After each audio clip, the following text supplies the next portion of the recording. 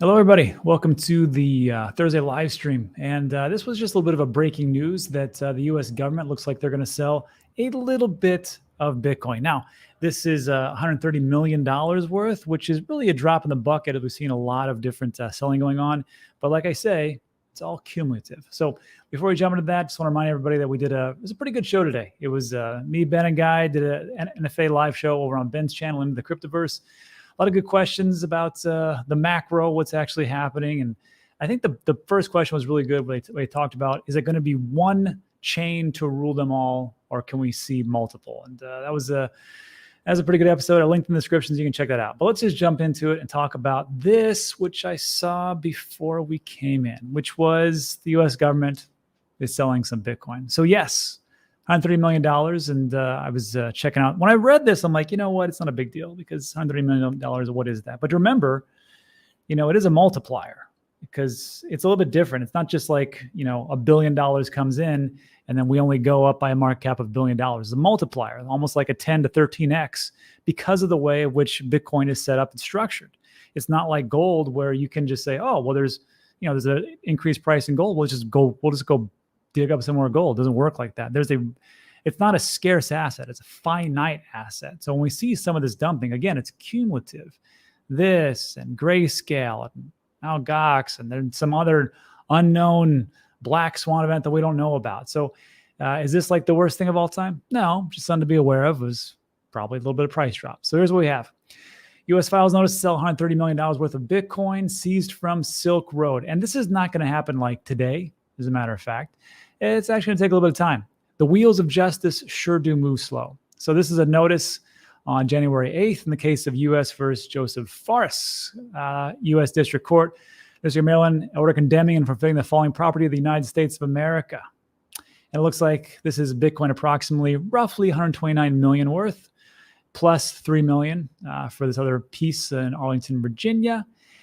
But this is where it's kind of goes a little interesting. The United States hereby gives notice of its intent to dispose of the forfeited property in such manner as the United States Attorney General may direct. Any person other than the defendant in the case claiming interest in the forfeited property must file an ancillary petition within 60 days of the first date of publication, which was January 10th. And then they can voice their dismay against that and maybe turn it around. But again, it looks like this is going to be sold on the open market. I know this is probably an opportunity for people to actually pick some cheap Bitcoin, but as it gets dropped on the market, not a really big deal. However, remember this. So we've got this little bit of a sell pressure coming up, and who knows if that's going to be like exactly in 60 days. But remember that we've also got a nice little outflow from Grayscale. And I'm going to steal stuff. Like I steal stuff from Ben. I'm going to steal stuff from James of Invest Answers, who does fantastic work on X. You should really follow him. And the money flow per fund after 9 days. And we can see here, James graphs it very well, that you've got over $4 billion. If it wasn't for Grayscale, how fat we'd be up right now? It'd be pretty darn great. But unfortunately, FTX has to drop off, and because they have it, like I talked about in NFA today, it's kind of like it's like a cancerous selection that they have to dump and purge all of their Bitcoins so they can pay back their creditors, hopefully, in some way, shape, or form. So this is on day 9, and they continue to dump. And here's actually where we're at. And this was, let's see. And then, of course, the absorption. But again, we're still, I think James puts it in here somewhere, where he says the bad news is, the bad news is BlackRock is slowing down a lot, which is great. Or IBIT, slowing a lot, not so great. Grayscale Bitcoin outflows are still higher than net inflows to other funds. And remember, if it is true about the wash trading rule, then it's going to take them 30 days. Once they dump that, traditional equity-wise, because it's an ETF, they can't buy back in for 30 more days. So after 30 days, I think things are going to do pretty well. Then we're going to see a little bit of a dump here, and people are like, why is there a little bit of a fluctuation? Then now you're going to know. And these are the things that happen. Good news, BlackRock has, almost 46,000 assets under management, and Fidelity has nearly the same. So those are Bitcoin that's pretty much locked up in there. So there's that outflow and the government. And then, of course, Mount Gox, which can never seem to go away. I always laugh at these articles because I've been in since 2017. I remember hearing this, that they're gonna dump on us any day now, and it never happens. But I just thought, maybe this could happen in the background. So some customers claim that they received an email asking for confirmation of identity and account details of the Mount Gox insolvency case. So we'll see if they dump on us. But I got to tell you, if they know anything about Bitcoin, this would be the dumbest thing that they could possibly do. And why is that? Goldilocks. So we talked about this yesterday. So all this stuff that we said, there's maybe some dumping, some dumping. But just remember, if anybody knows anything about Bitcoin, this is the time when me personally, I like to acquire a lot, to accumulate. You don't have to. I'm not a financial advisor. You can do whatever you want to do. But this is what I do is I'm taking a look at, this is the time before the halving when things really start to, either they will flatten out or we'll have a little bit of a dip into it, which is great if you're a dollar cost averager.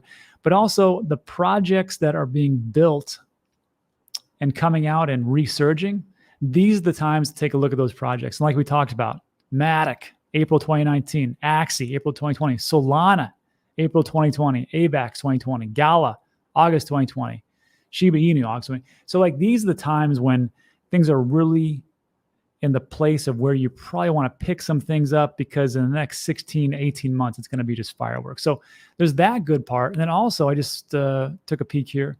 CoinDesk released that Tesla's Bitcoin holdings remain unchanged. I thought they were selling their Bitcoin holdings, but apparently as far as the new filing, they haven't dropped a penny. So they hold over 387 million worth of Bitcoin. That's good. Tesla holds almost 10,000 Bitcoin. It's the third largest, and I didn't know this. They're the third largest public holder of the asset behind MicroStrategy and the mining company Mara, which I actually hold stock in just a little bit. I was kind of surprised at that. Third largest public company. Also, they did invest 1.5 billion in Bitcoin in February 2020, accumulating 43,000 Bitcoins. They chopped off a good 33,000 plus as they sold off, but they still kept 97.20 on the books. It's interesting. So I like to see that, and that could be price appreciation right there. Good for Tesla for not doing something crazy. And then, as we were talking about the Goldilocks time frame, helium.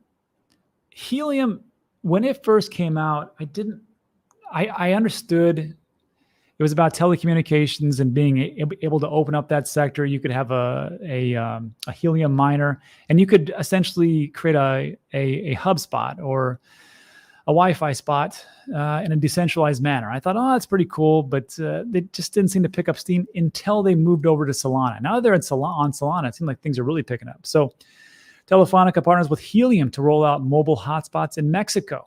And if you're not aware, they actually signed a deal in Florida. I want to say it's the University of Florida or Florida State, where it's unlimited talk and text for $20 a month. So that's a real DPIN, as they call it, decentralized physical network, in action and actually working. So when people say, crypto doesn't do anything, well, here's an example of where it actually is. So Helium's native token is up 5% over the past 24 hours. This was actually yesterday. I just didn't have time to talk about this. Here we go. So the telecom giant, this is Telefonica in Mexico, with more than 20 billion market cap, has 383 million customers, operates in Europe and Latin America. In 2021, I didn't know this either, Helium partnered with internet giant Dish as it built out its 5G network, which now has almost 1 million hotspots across 65,000 cities, 170 countries. So they're really crushing it. And when I hear about these stories, I'm like, this token must be like way out of my reach because, it's actually doing something. It actually has utility. So I took a look and no. I mean, okay, if you want to look at like 3 months or something like that, yeah, okay, you got me on that one. I would take a look at a year. All right. But take a look at this. It used to be $1.50. And now it's $6. Well, now it went all the way up to $8.70. But check this out. This is what got me kind of excited. First of all, total supply is only 223 million. Okay, that's pretty good. And it's already, well, the circulating supply is 143. So okay, they probably have some unlocks at some point. Correct me in the comment section. But what I saw made me interesting was this. The all-time high, it's 88% down from its all-time high when it didn't do squat. And now it actually does something. It has utility. And it's 88% down. Just between us, I bought some Helium today because why not? Are you kidding me? Anyhow, it could be awful, but I just looking at it, I'm like, what the hell is going on? Anyhow, what you think about that in the comment section. I think that could be a decent play. Also, Magic Eden. This is a Solana NFT marketplace, expands the rewards program, starting with Solana users. If you've ever used this in the past, looks like you could be eligible. Here's what's going on. NFT marketplace Magic Eden is building out a user rewards program. This platform said it would retroactively disperse diamonds to Solana OGs on February 2nd. Magic Eden debuted diamonds in March 2023, offering user rewards like lower fees, access to whitelist via the tokens. Magic Eden users can now earn diamonds by buying, selling, or making offers to an entire collection of NFTs. I don't know if other NFT marketplaces actually do this, but I thought it was a pretty cool idea. Like the more that you use, the more you get a discount, and it kind of works out pretty well. And it says that this diamond drop is coming February 2nd. So I don't know if this is, if you get in there and start to use it now, or if you'll be eligible, but it says the reward goes back all the way to 2021.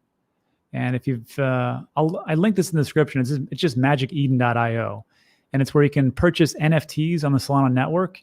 And if you've never used the Solana network for like a DEX, and you've only used like an Ethereum-based one like Uniswap, you're in for a treat as far as transaction costs. Just saying.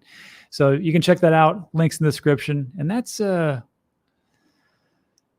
for today for the good and bad news. As far as like a PSA or public service announcement, just be aware that Trezor had some type of, not a hack, but some type of like leakage of information. So if you get something goofy like this in your email, dear customer, emails let you know your wallet assets are undergoing an upgrade. And after to upgrade their infrastructure, we're temporarily disabling the following networks. We are requiring action from our users to re-enable the networks. So apparently, you're telling me that a hacker who has all the time in the world to craft a decent email is telling you that you are going to re-enable the networks. Interesting. Failure to upgrade your networks could result to full funds loss. Again, I guess they think that you own all the networks. And then there's a stupid link to a website that'll scam you out of stuff. So just stay away from that and that nonsense, and that's what's going on. Also, before we get into a little bit of the Q&A section, what's coming up tomorrow? If you're in the Puerto Rico Santurce area, I will be buying beers for everybody who stops by over at San Juan Smokehouse from 5 to 8. Not all your beers. I mean, I can't support all your addictions. I mean, I'll buy the first round, but you know what I mean. So link in the description. Also, if you follow me on X, you can get the directions there, 5 to 8. Always fun times. People ask me, what do we do there? I said, well, mostly it's me just listening to you tell me about your wins and losses and the things that you do to actually make yourself successful. I don't really share too much information, quite honestly. It's everybody just telling me what they're doing, and it's quite fascinating. Then we swap stories. Good times. Also, tomorrow we'll probably do the new show, which will be debuting on X only, where I asked everybody to show me their best memes, and it's a pretty good one. So we're going to do a quick meme show. It will not be on YouTube, just because that's how we do things. And I'll do that tomorrow and let everybody know. And then also tomorrow, I'll be pre-recording a video with CoinLedger. Now, there's a couple of questions about tax services, and what that means for the Celsius and Voyager users. I did hear your questions, and I will have those answered and get those out. As we have David Kemmerer, who's the co-founder of CoinLedger on, and I'll get to the bottom of that.